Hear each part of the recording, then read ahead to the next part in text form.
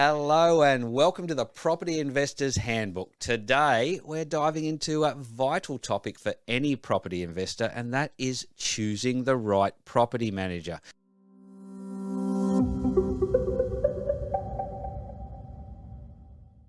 Now I'm joined by, I'm going to say the best property manager in the world, Mrs. Colleen Sutherland, and we're going to explore some essential characteristics that you should look for in a property manager, which she has outlined in her ebook that we will talk about in a bit of detail and point you towards being able to grab off her website. And that really, it's called the Perfect Property Manager Checklist. I mean, in every episode, Colleen, we've covered why you should have a property manager in your corner, but there are things you should be looking for to get the right one. So look, let's uncover what makes a property manager truly effective and how that can transform your investment experience. So can you start by explaining to me the three main characteristics that you believe every property manager should possess? I think the best ones is their longevity in the industry, their knowledge and what training they receive, and then the skill set that they have. They're, Sure. I think, above everything else, they're the things that you should be looking for. Okay. And how would a property investor find these things out about? They're considering a couple of agencies. How would they go about determining what property managers have these traits? I think you need to speak to the property manager or the supervisor there in the office. What some landlords make the mistake of is just focusing on price point. Yep. And that's where there's going to be a difference in agencies.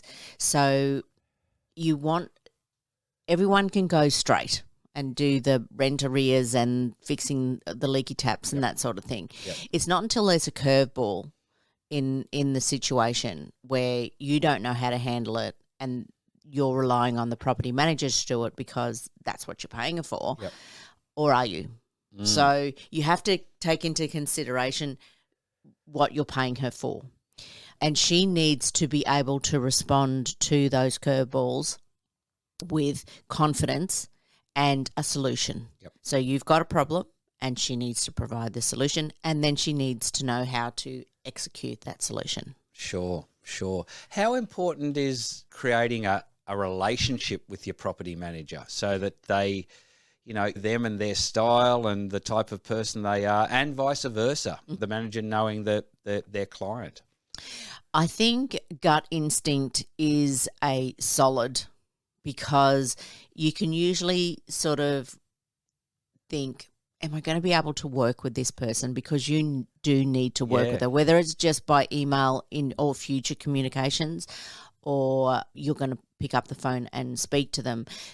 They need to fit with your personality and vice versa, because that is everything. And that's sort of going to set you up of how you're going to get along with that person.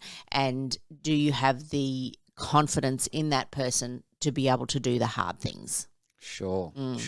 Reliability would be another key trait, I imagine, that you need to. How would you be able to determine something like that? It's probably more looking at asking them, how many properties do you look after? Do you ever have somebody come along and ask to speak to any of your clients, almost get a reference on you? Correct. We do get a lot of people who call into the office and ask us questions, which is great because then they know what to expect. Yep. Reliability is something, yes, you need to possess. However, it's hard to prove that until you've been working together. Yep. So their reliability in their communication, first and foremost, whether it's email, keeping you up to date, that sort of thing. And it's reliability as in then that property manager is going to carry out. Deliver.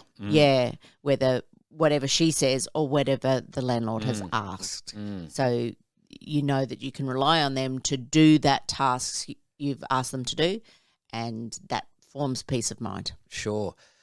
You mentioned people coming in and asking you questions. I know this is something that, again, you cover in your ebook. What would be good questions for a landlord, a property investor to come in and ask, their potential property manager? So longevity. So how long have you been in property management? Because there's a lot of people leaving or retiring from property management. So getting staff is easy when you're employing. However, you need to know that whoever's going to look after your property has had a couple of years under their belt so they know how to handle certain situations.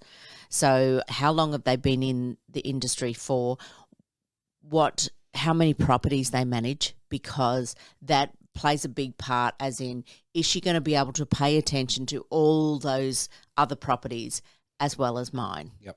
So when they're managing the whole portfolio and they've got a couple of assistants, there's not a lot of continuity if it's a big office. Yep. So you really need to nut down who's going to be looking after my property, how many places have you got, and that's really important. Other than understanding legislation, because that's a whole nother conversation, but how well they work. You know, you don't want someone who's going to just work part-time. I can do it 2 days a week. No, you can't. No.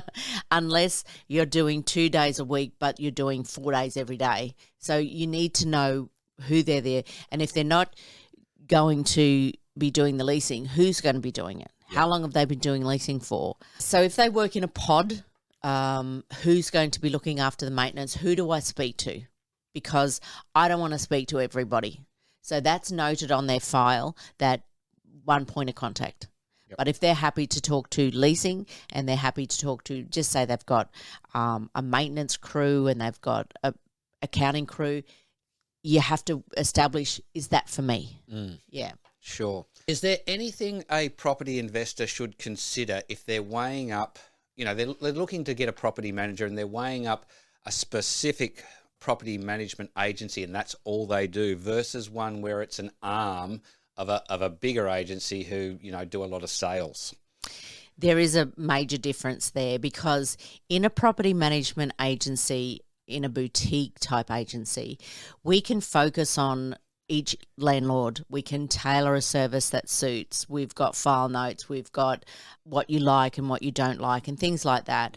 Whereas when you're in an agency where property management is part of the agency, they're focusing on numbers and you don't necessarily have an individual service. It's a blanket service. And if you're happy with that, then, that might suit you. But they have a very different role model.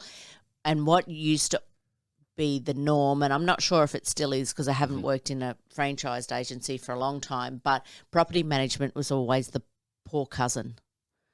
And so it didn't get a lot of attention from the principal and didn't get much input. They're now employing supervisors and all sorts of heads of departments and things like that. But still, as their rent roll grows, it's hard to control. Yep. So just remember, you may just be a number, whereas in a private, smaller agency, you would be a person. Yep.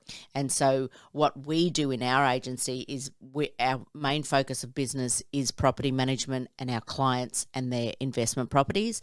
And then we have an arm of sales so that we can help navigate the sale of the property and the tenant. Sure. And move the tenant Look, out. I know what you're talking about there, because having walked into a number of real estate agency offices in my time, everything there is all, and I remember going in as a tenant to see the property manager and sign some documents or whatever it was, and they were always shuffled off in the little corner while you saw the big awards and everything. Yeah. It just The screams awards. sales as you walked into this office. And I was there to see the property manager, or they're sort of down there. And so I do understand what you're saying. With there. those awards, and that makes me laugh, I used to work for a couple of big franchised agencies, and that's part of the reason I started my own, was because of the way we were required to work. And it didn't align with my values, but I won a lot of those awards. And I remember back in the day when I did win them, we had to work our guts out to get one. Whereas now it's like, you haven't had one and you haven't had one. So I'll give one to you and one to you, and so that you've got it in your office and you can promote it and show off and all that sort of stuff. Wow. Where they don't necessarily get them for the right reason. So you have to weigh up which one would be right for you. Yeah, sure.